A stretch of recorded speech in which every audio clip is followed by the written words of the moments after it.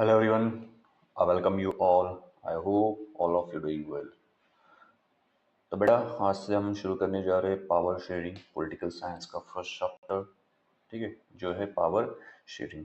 तो आज का ये जो लेक्चर है, इंट्रोडक्टरी लेक्चर है, तो इस चैप्टर में हम क्या पढ़ने वाले हैं इसके बारे में आज हम थोड़ी बातचीत करेंगे। ठीक है, इसके अलावा हम आज देखेंगे पावर शेयरिंग होता क्या है। ठीक है, और इस चैप्टर की मेन कोर थीम क्या है उसके बारे में आपको पूरी इन्फॉर्मेशन आज मिल जाएगी। ठीक है, तो पावर शेयरिंग क्या होता है, ठीक है, और ये चैप्टर हमें पढ़ना क्यों ज़रूरी है ये भी हम समझेंगे। ठीक है, क्या ये चैप्टर हमारे इंडियन कंटेक्स्ट में भी लागू होता है ये भी हम जैसे जैसे आगे बढ़ेंगे वैसे वैसे देखेंगे। ठीक है, अब देखो ये जो लेक्चर है प्रेजेंटेशन फॉर्मेट में। ठीक है, मैं मेरा चेहरा वगैरह तो आपको भी फेस वगैरह दिख नहीं रहा है। ठीक है, तो मे भी हो सकता है कि आपकी जो उम्र है उस उम्र की वजह से हमारा थोड़ा इंटरेक्शन कम हो। ठीक है, तो इस लेक्चर्स को आप दो तरीके से पढ़ सकते हो। ठीक है, एक तो बढ़िया से क्या कर लो, किसी बढ़िया से कोने में जाके बैठ जाओ, हेडफोन लगा लो, आंख बंद कर लो और बढ़िया से सुनते बैठो। ठीक है, जो मैं कह रहा हूँ हर एक वर्ड्स की तरफ अच्छे से ध्यान दो। ठीक है, आपको अपने आप ग्रास्प हो जाएगा। और जिनको बहुत एक्टिवली पढ़ना है तो अपने जो भी कंप्यूटर डिवाइसेस है या फिर लैपटॉप से है, जो भी आपके डिवाइस है इलेक्ट्रॉनिक्स, ठीक है, उसके सामने बैठ के अच्छे से देख के भी क्या कर सकते हैं, पढ़ सकते हैं। ठीक है, द चॉइस इज यूअर्स। ठीक है, इससे हमें कुछ फर्क नहीं पड़ता कि आप किस वे से जा रहे हैं। The way doesn't matter, what matters result is matters. Okay, anyway बहुत हो गया ज्ञान की बात। चलो आगे बढ़ते हैं। ठीक है, तो पावर शेयरिंग क्या होता है। ठीक है, तो जब भी आप पावर शेयरिंग ये वर्ड सुनोगे, ठीक है, तो आपको ध्यान में रखना है डिसेंट्रलाइजेशन, यानी ये एरो ध्यान में रखो। ठीक है, इसको विजुअलाइज कर लो। ये हो गया पावर शेयरिंग, यानी क्या हो रहा है कि यहाँ से पावर निकल रही है और different different different different organs के साथ या फिर डिफरेंट डिफरेंट यूनिट्स के साथ क्या की जा रही है, शेयर की जा रही है। तो क्या हो रहा है यहाँ पे, डिसेंट्रलाइजेशन हो रहा है। क्या हो रहा है, डिसेंट्रलाइजेशन हो रहा है। ठीक है, यही अगर हम सेंट्रलाइजेशन की अगर बात करें, ठीक है, तो सेंट्रलाइजेशन ऐसे होता है, यानी पूरी की पूरी जो पावर है किसी इंडिविजुअल के हाथ में या फिर ग्रुप ऑफ इंडिविजुअल्स में क्या हो रही है, कॉन्सेंट्रेटेड हो रही है। ठीक है, यहाँ से क्या हो रही है कि यहाँ से पावर जो है डिराइव हो रही है, निकल रही है और डिफरेंट डिफरेंट ऑर्गन्स में डिफरेंट डिफरेंट इंडिविजुअल्स में डिफरेंट डिफरेंट ग्रुप्स में क्या की जा रही है, इसे बांटा जा रहा है। तो इसे कहा जाता है डिसेंट्रलाइजेशन। और इसे क्या कहा जाता है, इसे कहा जाता है सेंट्रलाइजेशन। सेंट्रलाइजेशन यानी क्या होता है कि सभी की सभी पावर जो है किसी एक पर्टिकुलर इंसान के हाथ में या फिर ग्रुप ऑफ इंडिविजुअल्स के हाथ में क्या है, कॉन्सेंट्रेटेड है। ठीक है, तो क्या ध्यान में रखना है, ये डायग्राम ध्यान में रखनी है बच्चों, और ये डायग्राम ध्यान में रखनी है। ठीक है, बहुत अच्छी तो डायग्राम मैंने यहाँ पे बनाई नहीं है, लेकिन थोड़ा विजुअलाइज कर लो। ठीक है, तो पावर शेयरिंग क्या होता है, डिसेंट्रलाइजेशन होता है। क्या होता है, डिसेंट्रलाइजेशन होता है। ठीक है, तो देखो बढ़िया सा एग्जांपल लेते हैं और उससे समझने की कोशिश करते हैं। ठीक है, ये आपके क्या है, ग्रैंड पेरेंट्स है, ये आपके पेरेंट्स है, ये आपके अंकल है बेटा, और ये आपकी क्या है, आंटी है। ठीक है, आंटी इन द सेंस आपके पिताजी की क्या है, सिस्टर है। ठीक है, और ये आप हो, सन या फिर डॉटर। ठीक है, अब क्या किया जाता है कि आपके ग्रैंड पेरेंट्स एंड पेरेंट्स मिलके आपकी क्या करते हैं, शादी तय करते हैं। ठीक है, शादी तय करने के बाद वो आपसे सलाह मशवरा करते हैं, बेटा आपकी इतनी इतनी उम्र हो गई है, ठीक है, आप 25 ईयर्स के हो गए, अभी आपकी क्या करनी है, शादी करनी है। आप भी मान जाते हो। ठीक है, इसके बाद यही डिस्कशन आपके जो पेरेंट्स है और ग्रैंड पेरेंट्स है आपकी आंटी के साथ करते हैं और आपके अंकल के भी साथ करते हैं। ठीक है, तो यहाँ पे क्या है, आपकी शादी के रिगार्डिंग सभी से कंसर्न लिया गया। ठीक है, क्योंकि ये भी क्या है, आपके फैमिली के मेंबर्स ही है। समझ में आ रहा है। ठीक है, तो यहाँ पे क्या हुआ है, सभी का ओपिनियन लिया गया है। क्या लिया गया है, सभी का ओपिनियन लिया गया है। समझ में आ रहा है। ठीक है, तो ये बात ध्यान में रखो, ओपिनियन।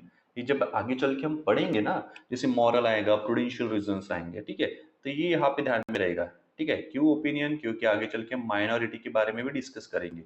ठीक है, तो इसके लिए आपको काम में आएगा। ठीक है, तो सभी को क्या किया गया, कंसर्न किया गया। ठीक है, एक सेकंड दे दो।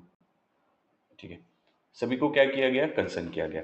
अब क्या किया आपके ग्रैंड पेरेंट्स ने, ठीक है, बढ़िया से आपकी शादी तय कर ली, आप भी मान लिए, ये आपके पेरेंट्स है, फिर से एक बार ये आपके अंकल है और ये आपकी क्या है, आंटी है।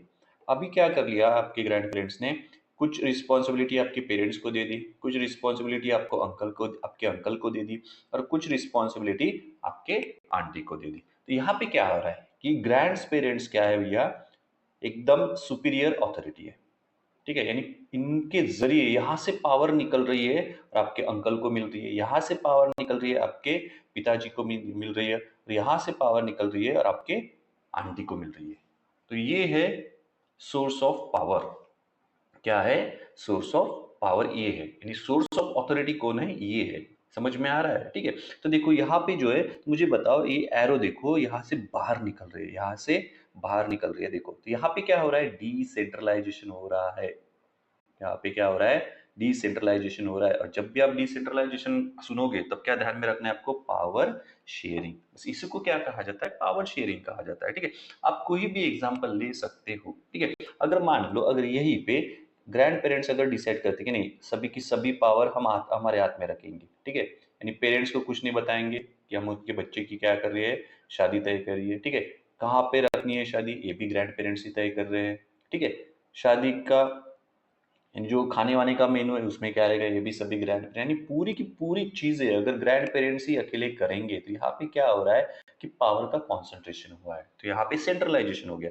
लेकिन अभी आप देख रहे हो कि ये पावर क्या हो रही है, आपके आंटी को मिल रही है, आपके अंकल्स को मिल रही है, आपके पेरेंट्स को मिल रही है। तो यहाँ पे क्या हो रहा है, डिसेंट्रलाइजेशन हो रहा है। क्या हो रहा है, डिसेंट्रलाइजेशन हो रहा है, यानी पावर का क्या हो रहा है, यहाँ पे शेयरिंग हो रहा है। क्या हो रहा है, शेयरिंग हो रहा है, ठीक है।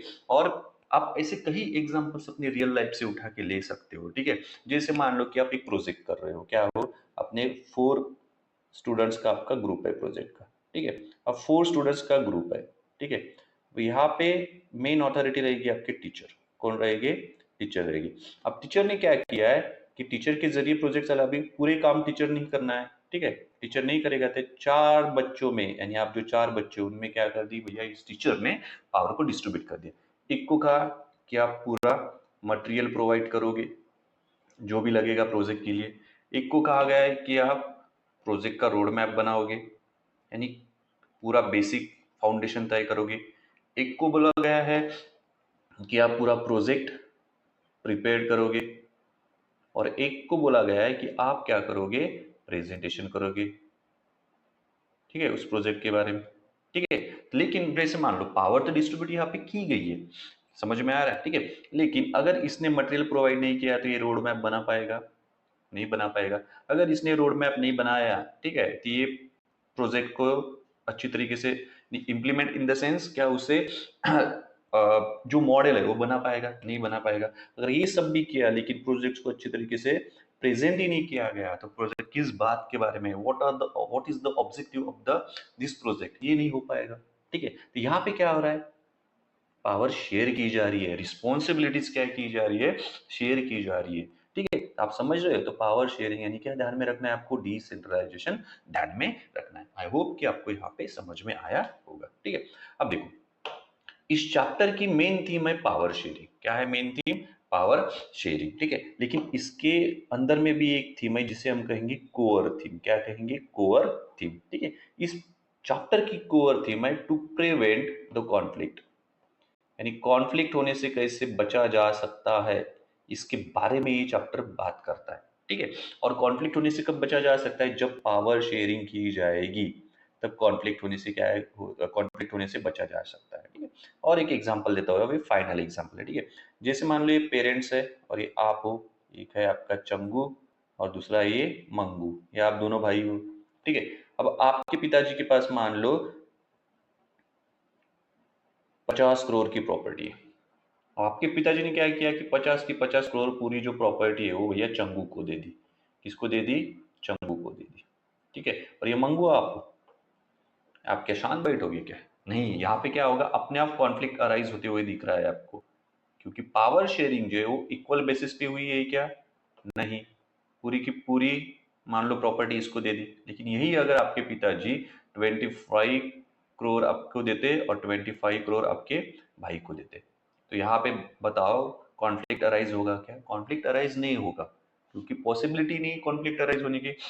समझ में आ रहा है, ये एग्जाम्पल से आपको समझने के लिए, समझ में आ रहा है, ठीक है। तो इस तरह से क्या करना है आपको, पावर शेयरिंग को अपने रियल लाइफ में देखना है और उसको इम्प्लीमेंट करना है, ठीक है। अब ये पावर शेयरिंग जरूरी क्यों होती है, बराबर ना, हम पढ़ रहे हैं पावर शेयरिंग, लेकिन पावर शेयरिंग जरूरी क्यों होती है, तो सबसे पहले पावर शेयरिंग आपको ध्यान में रखना है, ठीक है। अभी अब जो हमने पढ़ा वो सिर्फ एग्जाम्पल आपको बेहतरीन तरीके से समझने के लिए थे, ठीक है। अब देखो, जब भी आप पॉलिटिकल कंटेक्स्ट में बात करोगे, ठीक है, तो क्या ध्यान में रखना है पावर शेयरिंग के बारे में, distribution distribution of powers and responsibilities, ठीक है, किनके बीच में, डिफरेंट अमोंग डिफरेंट ऑर्गन्स या फिर लेवल्स ऑफ गवर्नमेंट। आपको आपके एग्जाम में लिखते वक्त एक डेफिनेशन आपको लिखनी पड़ेगी, ठीक है। ये ऑर्गन्स क्या है, गवर्नमेंट क्या है, जैसे जैसे हम आगे बढ़ेंगे ना, ये डेफिनेशन आपकी अपने आप कवर होती जाएगी। इस डेफिनेशन को आपको रोड लर्निंग करने की जरूरत नहीं पड़ेगी, रट्टा मारने की जरूरत नहीं पड़ेगी, आप ऐसे ही समझ जाओगे, अरे बेटा ये तो ऐसे ही जा रहा है ना, काहे को फिर टेंशन लेना है इतना रट्टा मारने का, ठीक है। रट्टा मारने से कहा है ना बेटा कुछ नहीं होता है, ठीक है। ये कंसेप्ट है ना, दिमाग में उतरना बहुत जरूरी होता है। एनीवे चलो फिर आगे बढ़ते हैं। आई होप कि आपको यहाँ तक समझ में आया होगा। अगर नहीं कुछ समझ में आता है बच्चों, just let me know in the comment section, हम बहुत अच्छी तरीके से पढ़ेंगे, ठीक है। इन द एंड क्या मैटर करता है, रिजल्ट मैटर करता है, द वे वे मैटर नहीं करता है। एनीवे साला ये मोटिवेशन बार बार कहाँ से आता है मेरे अंदर पता नहीं, इसका कुछ करना पड़ेगा। एनीवे ठीक है, तो ये ध्यान में रखो, ठीक है। अब देखो इस चैप्टर में हम क्या देखने वाले हैं उसकी बात करते हैं, ठीक है। पावर शेयरिंग, ठीक है। सबसे पहले हमें दो मॉडल यानी केस स्टडीज दी गई। मॉडल कहाँ से आ गया बेटा, ये केस स्टडीज दी गई है यहाँ पे, ठीक है। एक केस स्टडीज है बेल्जियम की, एक केस स्टडी है श्रीलंका की, ठीक है। तो बेल्जियम में क्या होता है, श्रीलंका में क्या होता है, इसके बारे में हम देखेंगे। उसके बाद हमें प्रूडेंशियल और मॉरल रीजन। प्रूडेंशियल का मीनिंग कुछ नहीं होता है, प्रैक्टिकल रीजन क्या होता है, क्या होता है, प्रैक्टिकल रीजन होता है। मॉरल रीजन यानी भैया वैल्यू बेस्ड इथिकल वे में सोचा जाता है, उसे क्या कहा जाता है, मॉरल किया जाता है, ठीक है। वो उसे मॉरल रीजन का। और इसके बाद हम एक्सप्लोर करेंगे horizontal and vertical forms of power sharing, ठीक है। बेसिकली HVSP यानी हॉरिजॉन्टल, वर्टिकल, सोशल ग्रुप्स के साथ और पॉलिटिकल पार्टीज के साथ, ठीक है, पावर किस तरह से शेयर की जाती है उसके बारे में हम देखेंगे, ठीक है। उसके बाद देखो व्हाट इज पावर शेयरिंग। अभी हमने देखा है पावर शेयरिंग क्या होता है।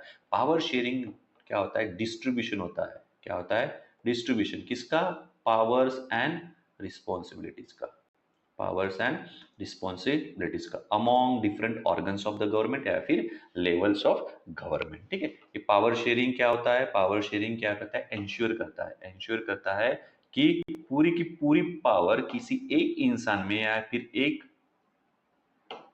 ऑर्गन में क्या ना हो पाए, कॉन्सेंट्रेटेड ना हो पाए, ठीक है। ये ध्यान में रखना, ठीक है। अगर कॉन्फ्लिक्ट को अगर रिड्यूस करना है, ठीक है, या फिर अवॉइड करना है तो पावर शेयरिंग मस्ट है, ये बात आपको ध्यान में रखना है, ठीक है। एनीवे आगे बढ़ते हैं, ठीक है। उसके बाद देखो बेल्जियम की केस स्टडी के बारे में यहाँ पे इंफॉर्मेशन दी गई है, ठीक है। तो आप यहाँ पे ध्यान दे सकते हो, ठीक है। तो डच, फ्रेंच एंड जर्मन तीन कम्युनिटीज, इनकी परसेंटेज दिए गए किस तरह से ये बेल्जियम में स्प्रेड होके, ठीक है। इसके बाद कैपिटल दिया है ब्रसल्स, उसमें क्या है, यानी डाइवर्सिटी है, और डाइवर्सिटी होने के बावजूद यहाँ पे कॉन्फ्लिक्ट होता है या नहीं होता है, ये हार्मोनी में रह पाते हैं या नहीं रह पाते हैं, ठीक है, पीसफुली एग्जिस्ट कर पाते हैं या नहीं कर पाते, इसके बारे में हमें बताया गया है। ये केस स्टडी में अच्छे से स्टडी करेंगे तो आपको बहुत अच्छी तरीके से समझ में आएगा। इसके बाद देखो बेल्जियन मॉडल, बराबर नहीं, इन्होंने फिर पावर शेयरिंग किस तरह से की इसके बारे में आपको यहाँ पे इंफॉर्मेशन दी गई है। इक्वल रिप्रेजेंटेशन, जैसे मान लो सेंट्रल गवर्नमेंट, ठीक है, स्टेट गवर्नमेंट, ब्रसल्स में इन्होंने स्पेशल गवर्नमेंट लिख दी है, सेपरेट गवर्नमेंट, ठीक है। और इसके बाद कम्युनिटी गवर्नमेंट है, ठीक है, जो cultural, educational and language related issue के लिए क्या करती है, काम करती है। ये सभी हम पढ़ने वाले हैं, ठीक है। बस एक ओवरव्यू है कि हाँ भाई मुंह दिखाइए ये चैप्टर की, बस ठीक है, मुंह दिखाई, बड़ी जल्दी से समझ में आएंगे बेटा तुमको, ठीक है, होशियार हो ना, ठीक है। फिर देखो श्रीलंका, श्रीलंका में Sinhala speakers, Tamil speakers, Christian, ठीक है, इनके साथ क्या होता है, ठीक है। श्रीलंका में किस तरह से पावर शेयरिंग की जाती है, मेजोरिटेरियनिज्म क्या होता है ये भी देखेंगे, ठीक है। तो मेजोरिटेरियनिज्म यानी इतना ही होता है कि मान लो कि ऐसी आइडियोलॉजी या फिर पॉलिसी जिसमें ऐसा कंसिडर किया जाता है कि जो मेजोरिटी कम्युनिटी है, ठीक है, जो मेजोरिटी कम्युनिटी है उसकी विल को, उसके ही चॉइसेस को क्या किया जाता है, प्रेफर किया जाता है, क्या किया जाता है, प्रेफर किया जाता है, उसे कहा जाता है मेजोरिटेरियनिज्म। यानी जो माइनॉरिटी है उसको कंप्लीटली निग्लेक्ट किया जाता है, क्या किया जाता है, निग्लेक्ट, ठीक है, या फिर उनके जो इंटरेस्ट है उनको डिसरिगार्ड करके सब कुछ मेजोरिटी कम्युनिटी के लिए डिसीजंस लिए जाते हैं। आने वाली इसमें अच्छी तरीके से पढ़ेंगे। चिल रहा करो बे, इतना काहे को टेंशन लेते हो तुम, साला समझ में ही नहीं आता, इतना पढ़ के काहे जाने किधर जाने वाले हो।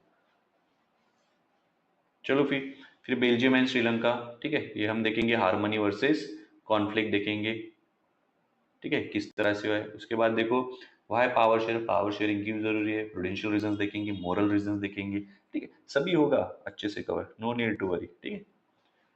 हॉरिजॉन्टल पावर शेयरिंग क्या होता है, लेजिस्लेचर के बीच में, एग्जीक्यूटिव के बीच में, जुडिशरी के बीच में। चेक्स एंड बैलेंसेस क्या होता है ये भी समझेंगे। इसके बाद वर्टिकल पावर शेयरिंग क्या होता है, ठीक है, फेडरल डिवीजन ऑफ पावर जिसे कहा जाता है, central government, state government, local government, ये भी हम देखेंगे, ठीक है। तो ये था हमारा चैप्टर का इंट्रोडक्शन, ठीक है। और हमने क्या देखा है, पावर शेयरिंग, ठीक है। अभी हमने देखा कि पावर शेयरिंग होता क्या है, देखा है, ठीक है। तो ये पावर शेयरिंग होता है, लेकिन पावर शेयरिंग क्यों जरूरी है ये भी आपको समझना चाहिए, ठीक है। नहीं भाई पावर शेयरिंग तो पता है, लेकिन जरूरी क्यों होता है ये भी आपको समझना है, ठीक है। देखो पावर शेयर अगर होती है, क्या होता है, अगर पावर शेयर अगर होती है तो सबके पास क्या रहेंगी, गवर्नमेंट में क्या रहेंगी, वॉइस रहेंगी, उनकी आवाज को भी सुना जाएगा। माइनॉरिटी जैसे, मान लो माइनॉरिटी की भी आवाज को क्या किया जाएगा, सुना जाएगा, ठीक है। इसके बाद कॉन्फ्लिक्ट को क्या करना है, प्रिवेंट करना है, ठीक है। डेमोक्रेसी को सपोर्ट करना है, ठीक है। ये सभी चीजें यहाँ पे दी गई है, तो ये आपको जैसे हम आगे बढ़ेंगे वैसे वैसे समझ में आएगा। फिलहाल आपको ध्यान में इतना ही रखना है कि पावर शेयरिंग किसके लिए जरूरी है, टू प्रिवेंट द कॉन्फ्लिक्ट। किसको प्रिवेंट करना है बच्चों, कॉन्फ्लिक्ट को प्रिवेंट करना है, ये आपको ध्यान में रखना है। अगर कुछ भी समस्याएं जाती है, प्रॉब्लम्स जाता है तो let me know. I hope कि आपको थोड़ा हमारा इंट्रोडक्शन जो है अच्छा लगा होगा, ठीक है। और जैसे ही ये चैप्टर हो जाएगा ना, हम समराइज करेंगे इसको पावर शेयरिंग के बारे में, ठीक है। अब पूरा का पूरा साला अभी बता दिया है कि पावर शेयरिंग ये होता है वो होता है, तो क्या है ना, आप कंफ्यूज आ जाओगे, ठीक है, कंफ्यूजन हो जाएगा, ठीक है। और कंफ्यूजन नहीं होना है आपको, ठीक है। एनीवे आई होप यहाँ तक आपको समझ में आएगा। See you soon, have a good time.